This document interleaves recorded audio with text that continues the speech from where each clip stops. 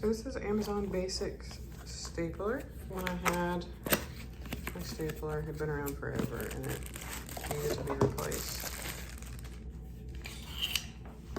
Alright, so it doesn't have any staples in it, but it does have staples here. Comes with 1,000 staples.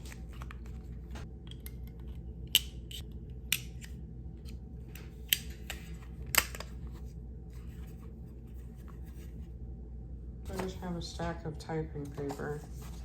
This is maybe 10 sheets or so. Maybe not quite, maybe 8. It's easy to staple. You have to push it down pretty medium pressure. It works. It's a nice quality stapler. And then if you are going to do it, let's see.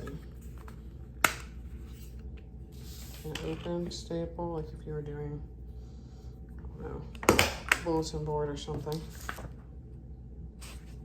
Didn't make it all the way through the stack doing it that way.